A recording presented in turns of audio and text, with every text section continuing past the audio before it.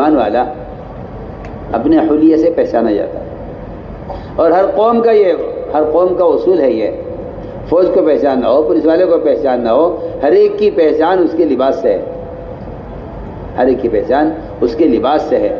اصل بنیادی چیز آدمی کا حلیہ ہے، جس کا حلیہ سنت کے مطابق نہیں ہے اس کو مسلمان پہچاننا ممکن نہیں۔ آج دیکھ لیجیے آپ نے کہ مسلمان نے یہ سوچ کر حلیہ بدل دیا کہ لباس کوئی ضروری نہیں ہے، حالانکہ علماء نے یہاں تک لکھا ہے کہ ایک پنڈت کا لباس اور ایک انگریز کا لباس دونوں کا ایک حکم ہے۔ آج کل کچھ ایسے جاہل قسم کے لوگ دنیا میں پیدا ہو گئے ہیں جن کا خیال یہ کہ اسلام کا اپنا کوئی لباس نہیں ہے، حالانکہ یہ حقیقت یہ ہے کہ یہ ننگا پھر رہا ہے، اس کی نماز بھی اس لباس میں نہیں ہوتی۔ عام طور سے پیٹھ کھل جاتی ہے رکوع میں تو نماز فاسد ہو جاتی ہے، لیکن کوئی احساس نہیں ہے۔ مولیا صاحب فرماتے تھے میرے کام کا مقصد احیاء سنت ہے، اصل میرے کام کا اصل مقصد احیاء سنت ہے، اس لیے سنتوں کا اہتمام۔ اپنے حلیے سے بتلاؤ کہ میں مسلمان ہوں۔ پولیس والا اپنے حلیے سے بتا رہا ہے کہ میں پولیس والا ہوں، ایسے مسلمان کے ذمہ ہے اپنے حلیے سے بتائے کہ میں مسلمان ہوں، اور یہ کہنا کہ ماحول نہیں ہے۔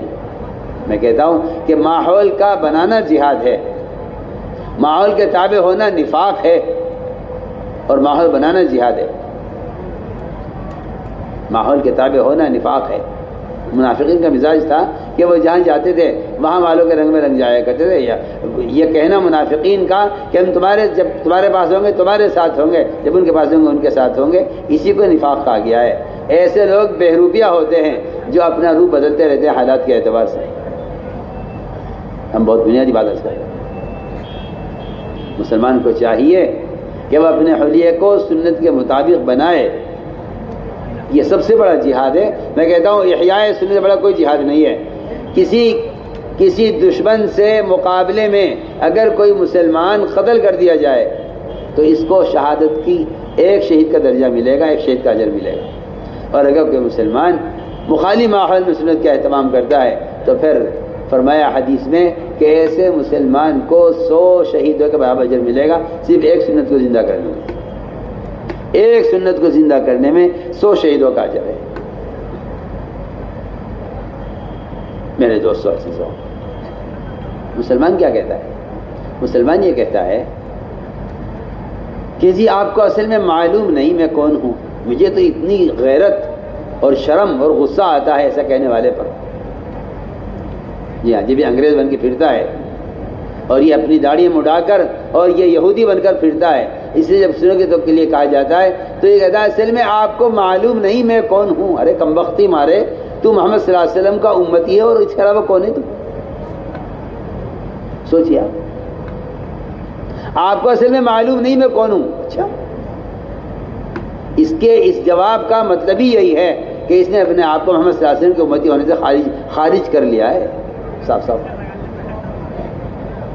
اصل میں آپ کو معلوم نہیں میں کون ہوں۔ میں نے کہا میں تو اس کے علاوہ نہیں جانتا آپ کو کہ آپ محمد صلی اللہ علیہ وسلم کے امتی ہیں، اس کے علاوہ کچھ بھی نہیں۔ سوچیے، آپ سوچیے میں کیا کہہ رہا ہوں، آپ غور کیجئے اس پر میں کیا کہہ رہا ہوں۔ اگر یہ کسی ایک سنت کے بارے میں یہ کہہ دے کہ میں اس سنت پر اسی نہیں کر سکتا کہ میں پولیس والا ہوں، میں وکیل ہوں، اس نے صاف انکار کر دیا محمد صلی اللہ علیہ وسلم کو امتی ہونے سے۔ لیکن حدیث ہے من رغب عن سنتی فلیس منی، جو آدمی میرے طریقے سے نفرت کرے یا میرے طریقے سے رخ پھیرے وہ میری امت میں سے ہے ہی نہیں۔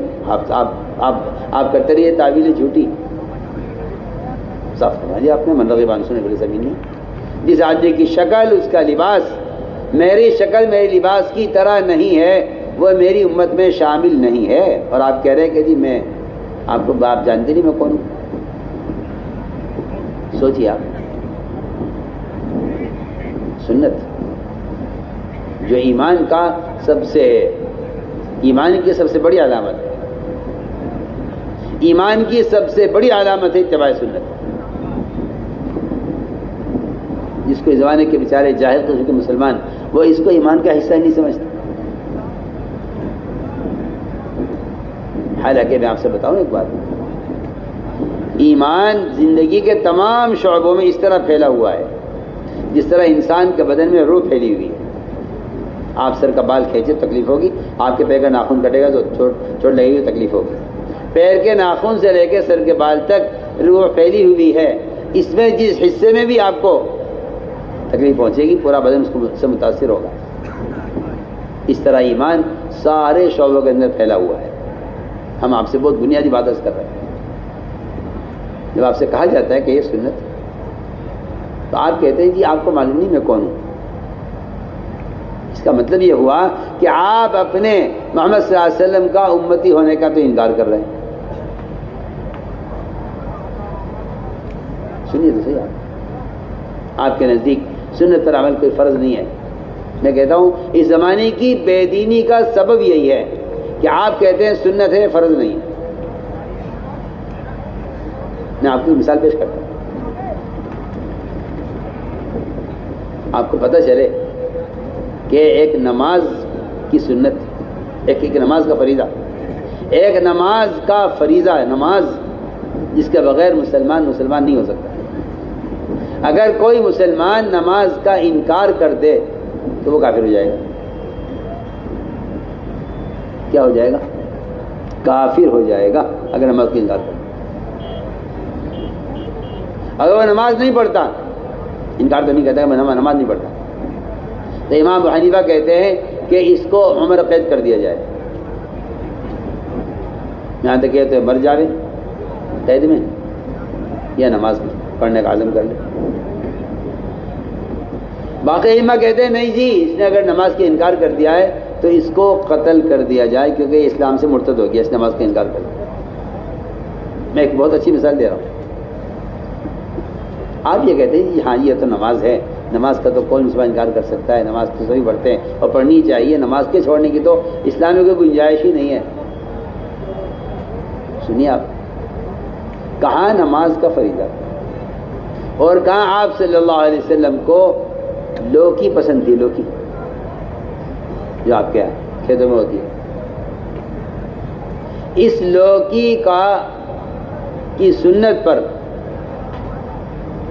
حدیث بیان کی قاضی ابو یوسف رحمۃ اللہ علیہ نے، اور یہ کہا کہ آپ صلی اللہ علیہ وسلم لوکی پسند کرتے تھے. سامنے وزیر بیٹھا ہوا تھا، ملک کا وزیر اعظم. سوچیے آپ، سوچیے وزیر اعظم کی کیا حیثیت ہوتی ہے. وزیر بیٹھا ہوا تھا سامنے،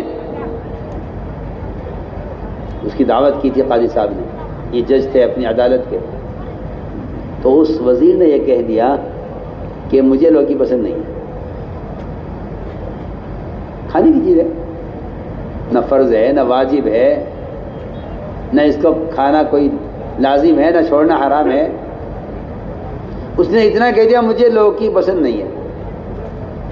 فوراً تلوار نکالی اور اس کے قتل کا فیصلہ کر لیا، اور قاضی نے عدالت سے فیصلہ کر دیا کہ یہ آدمی اسلام سے مرتد ہو گیا ہے، اس کو قتل کر دیا جائے.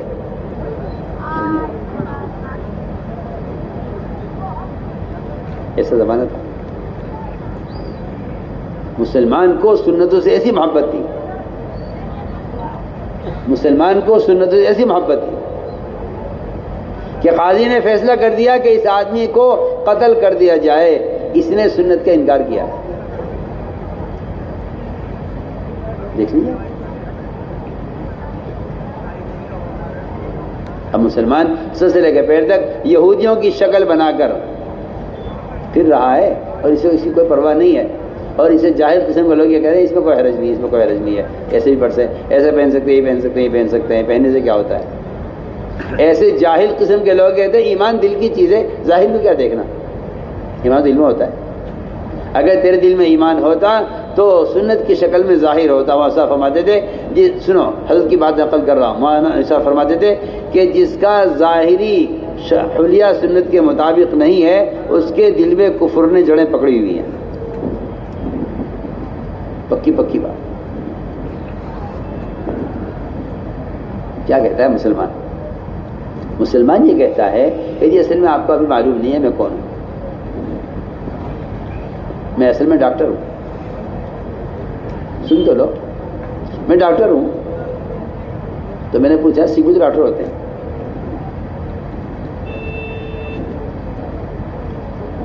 وہ کہتا ہے کہ جی میں وکیل ہوں. میں نے کہا سکھ تو وکیل ہوتے ہیں. وہ کہتا ہے جی کہ جی میں تو پولیس میں ہوں. میں نے کہا سکھ تو پولیس والے ہوتے ہیں. اور قومیں تو سارے شعبے میں ہیں, اپنے حلیے کے ساتھ ہیں. اور آپ کو جو کوئی عہدہ یا کوئی ملازمت یا کوئی نوکری مل جاتی ہے تو آپ سب سے پہلے کہتے ہیں کہ اس سنت کو چھوڑ دینا چاہیے, کیونکہ اس کمپنی میں اس سنت کے ساتھ نہیں آ سکتے. اس کمپنی کا قانون یہ, اس کمپنی کا قانون یہ ہے. میں نے کہا تم قانون پر ایمان لائے, اللہ پر ایمان لائے. ایمان کس پر لائے؟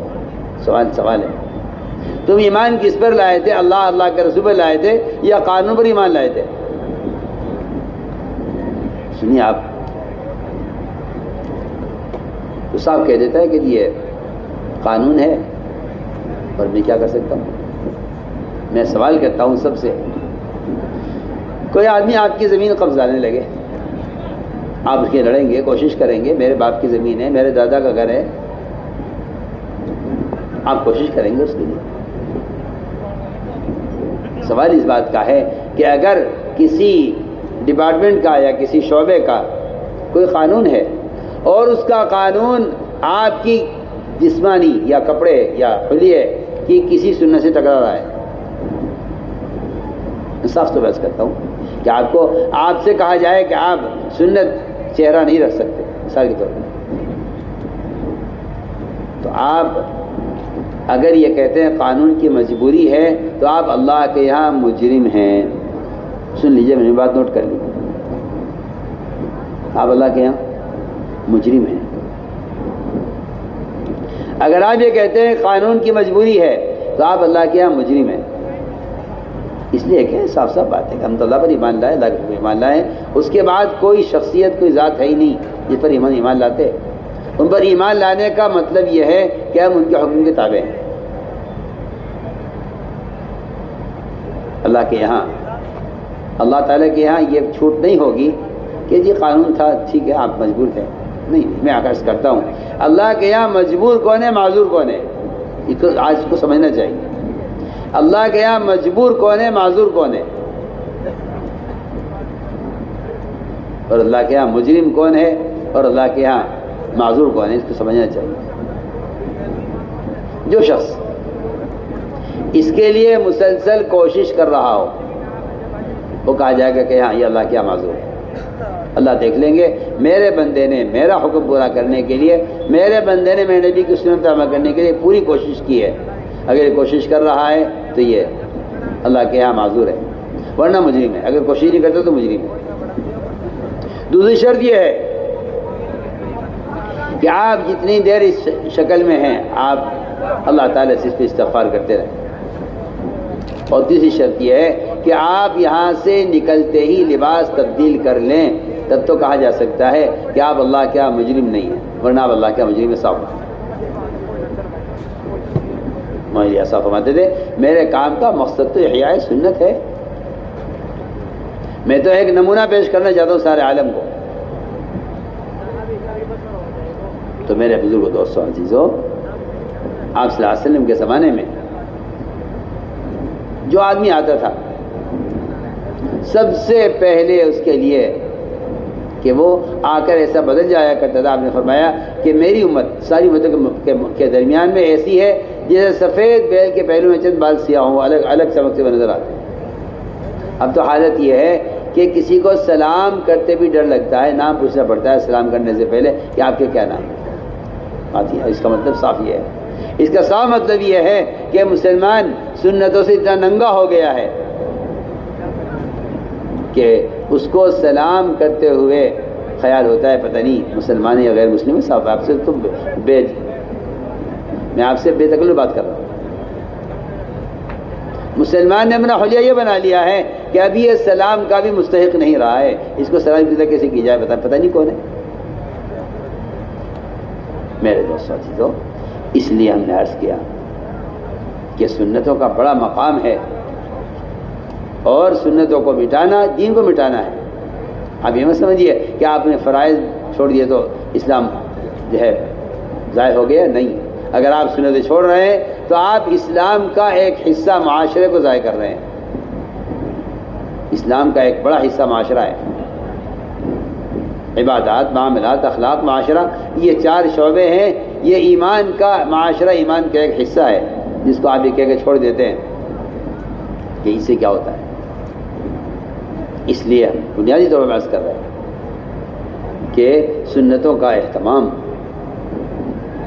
سر سے لے کے پیر تک مسلمان کو ایسا ہونا چاہیے کہ دور سے دیکھ کر پہچانا جائے کہ یہ مسلمان ہے. چنانچہ میں عرض کر رہا تھا کہ ایک جماعت آپ کی خدمت میں حاضر ہوئی. حیات الصحابہ میں اس کو نقل کیا ہے اور ایمان کی حقیقت کے اعتبار سے بیان کیا ہے اس کہ ایمان کسے کہتے ہیں. یہ 7 آدمی کی جماعت تھی. آپ صلی اللہ علیہ وسلم کو دور سے دیکھ کر پہچان گئے.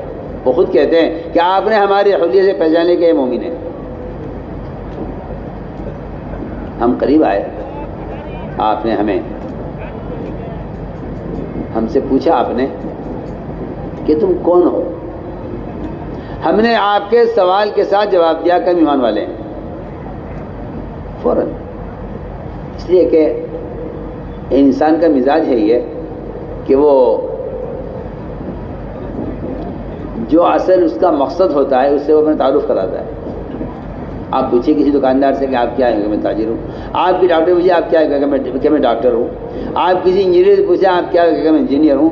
جس آدمی کا دنیا میں جو کام ہوتا ہے اس کام سے اس کا تعارف ہوتا ہے. ایسے ہی آپ صلی اللہ علیہ وسلم نے ان سے پوچھا کہ تم کیا ہو. سب نے کہا کہ یا رسول اللہ ہم سب ایمان والے ہیں. صاف کیا ہم سب ایمان والے ہیں. فرمایا تمہارے ایمان کی کیا علامت ہے.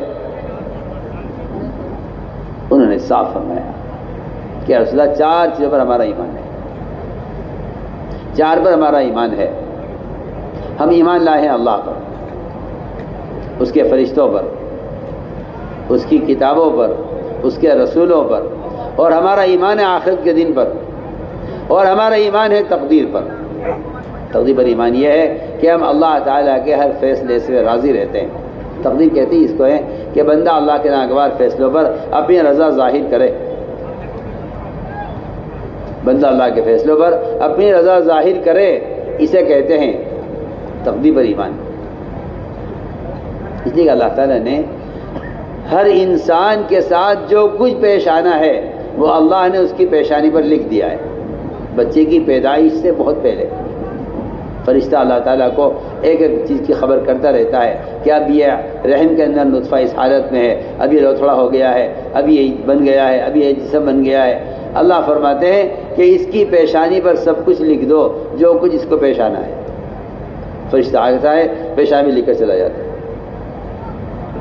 میں سمجھتا ہوں کہ ہر انسان کا مقدر اس کی پیشانی پر لکھا ہوا ہے. اسی لیے ہر آدمی پریشانی میں اپنا ہاتھ پیشانی پر مارتا ہے اور وہ یہ کہتا ہے کہ جہاں لکھا ہوا ہے وہ ہوا ہے. آپ کسی بھی مذہب کا آدمی ہو، کوئی فقیر ہو یا کوئی وزیر ہو، آپ ہر ایک کو دیکھیں گے کہ آدمی پریشانی میں اپنا ہاتھ پیشانی پر مارتا ہے. یہ اس بات کی طرف اشارہ کر رہا ہے کہ کوئی پریشان ہونے کی بات نہیں ہے. جو مقدر میں لکھا ہوا تھا وہ ہوا ہے. یہ ہے اس کا اصل مطلب، اس کا یہ ہے. تو یہ کہا کہ ہمارا ایمان ہے تقدیر پر، اور یہ کہا کہ ہم 5 باتوں پر ہمارا عمل ہے. سب سے پہلی بات یہ ہے کہ ہم شہادتین کی گواہی دیتے ہیں. پہلی بات یہ ہے کہ ہم شہادتین کی گواہی دیتے ہیں کہ اللہ کے سوا کوئی عبادت کے لائق نہیں، محمد صلی اللہ علیہ وسلم اللہ کے رسول ہیں. ہم ان شہادتین کی گواہی دیتے ہیں. اور دوسری ہمارے اندر صفت یہ ہے کہ ہم نماز قائم کرتے ہیں. نماز کا قائم کرنا یہ ہے کہ ہم نماز کو درست بھی کرتے ہیں اور ہم نماز پر دوسروں کو آمادہ بھی کرتے ہیں. ہمارا معمول یہ ہے کہ ہم نماز قائم کرتے ہیں اور ہمارا معمول ہے کہ اپنے مالوں کی زکوٰۃ دیتے ہیں. میرے دوستو عزیزو،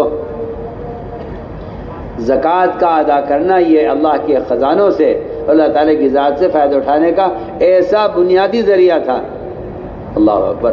جب مسلمان زکوٰۃ دیا کرتا تھا جب مسلمان زکوٰۃ دیا کرتا تھا تو مسلمان ساری قوموں سے جزیہ لیا کرتا تھا. اب دیکھ لیجیے آپ، مسلمان نے تھوڑی سی مقدار زکوٰۃ کی، اللہ سے چھپائی، اللہ سے زکوٰۃ کے مال کو اس نے چھپایا، اور اس نے اللہ کا حق مارا زکوٰۃ کا. اللہ نے اس پر کتنے طرح کے ٹیکس مسلط کر دیے، آپ دیکھ لیجئے کتنے ٹیکس مسلمانوں پر، کتنے ٹیکس سے مسلمان پریشان ہے. حالانکہ اگر زکوٰۃ دیتا، جب یہ زکوٰۃ دیا کرتا تھا تو ساری قوموں سے ٹیکس لیا کرتا تھا. ساری قومیں مسلمان کو ٹیکس دیا کرتی تھی جب مسلمان زکوٰۃ دیا کرتا تھا. اور مسلمان نے زکوٰۃ دینے سے زکوٰۃ کو بچایا. حالانکہ زکوٰۃ کی رقم بہت معمولی تھی، زکوٰۃ کی مقدار اللہ نے بہت کم رکھی تھی، لیکن مسلمان نے زکوٰۃ کے فریضے کو ضائع کر کے اپنے اوپر ٹیکس مسلط کر لیے ہیں. یہ ذلت میں پڑا ہے، اب غیر اس سے ٹیکس لیتے ہیں. میرے دوستوں عزیزوں، اس لیے زکوٰۃ کے فریضے کو ہمارے جیسا فرماتے تھے، اگر مسلمان صحیح طریقے سے زکوٰۃ ادا کرے تو مسلمان زکوٰۃ کی برکات کو اور زکوٰۃ سے جو آمدنی ہوگی اور زکوٰۃ سے جو برکتیں آئیں گی، مسلمان ان کو برداشت نہیں کر سکتا. ہمیں چاہیے کہ اپنی زکوٰۃ کی رقم کو لے کر مستحق کو تلاش کریں، زکوٰۃ کو لے کر مستحق کو تلاش کریں، اس لیے کہ زکوٰۃ کی جو برکتیں ہیں اصل مستحق کی دعائیں ہیں. زکوٰۃ کی جو برکتیں ہیں مستحق کی دعائیں ہیں. جب مستحق دعا کرتا ہے زکوٰۃ دینے والے کے لیے تو اللہ رب العزت مستحق کی دعاؤں سے زکوٰۃ کے اندر برکتیں پیدا فرما دیتے ہیں. اور یہ تو اس پہ کوئی شک نہیں ہے کہ آنے والے حوادثات اور آنے والی مصیبتیں جو لوگوں کے کاروبار پر آتی ہیں یا لوگوں کے جو ہے کہ ذات پر مسائل آتے ہیں، ان کو دفع کرنے کا کہ سب سے بڑی طاقت اللہ نے صدقات میں رکھی ہے. اس لیے کہ حدیث میں آتا ہے کہ صدقہ بلایا کو دور کر دیتا ہے، صدقہ بلایا کو دور کر دیتا ہے. ایک صحابی تھے، انہوں نے اپنے گھر کے اندر اپنے مصلی کی جگہ سے لے کر باہر کے گیٹ تک رسی باندھی ہوئی تھی کہ کوئی سائل آئے تو اس کو صدقہ اپنے ہاتھ سے کرے. ان کے ماشاءاللہ جوان بیٹے تھے. بیٹوں نے کہا کہ ابا جان آپ نے کیا راستے میں رسی باندھی ہوئی ہے، آپ کو اگر کوئی چیز پہنچانی تو ہم پہنچا دیں گے.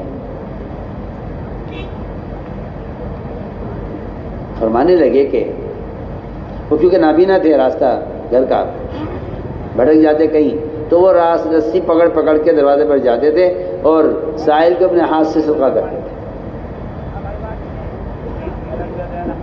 بیٹوں نے کہا یہ رسی ہٹائی ہم پہنچا دیا کریں گے صدقہ. فرمایا کہ نہیں، میں نے اللہ کے رسول فرماتے ہوئے سنا ہے جو مسلمان کسی محتاج کو اپنے ہاتھ سے صدقہ دیتا ہے خود، آپ نے فرمایا کہ اللہ کی طرف سے آنے والی بلا اور مصیبت اس کے ذریعے ٹال دی جاتی ہے. فرمایا کہ مسکین کو اپنے ہاتھ سے دینا آنے والے حوادثات سے روک دیتا ہے. تو ہم نے عرض کیا کہ زکوٰۃ سے مال کم نہیں ہوتا، وہ تو سود سے مال ضائع ختم ہوتا ہے، اور زکوٰۃ سے تو مال اتنا بڑھ جاتا ہے کہ اللہ فرماتے ہیں کہ اللہ جس کے لیے چاہیں جتنا چاہیں بڑھا دیں. وما آتیتم من زکاۃ تریدون وجہ اللہ فاولئک هم المضعفون. اللہ تعالیٰ فرماتے ہیں کہ زکوٰۃ دینے والوں کے مال کو تو میں اتنا بڑھا دوں گا کہ تم اس کی برکتوں کو تصور بھی نہیں کر سکتے. اس لیے فرمایا کہ جی ہم اپنے مالوں کی زکوٰۃ دیتے ہیں. یہ ہمارے اندر 5 فرائض ہیں، انہوں نے نماز کے ساتھ شمار کیا ہے شہادتین کی گواہی دینے کو. یہ میں کہنا چاہتا تھا کہ شہادتین کی گواہی دینا گویا ہر مسلمان کے ذمہ نماز کی طرح فرض ہے کہ انہوں نے اس کو فرائض میں گنوایا ہے.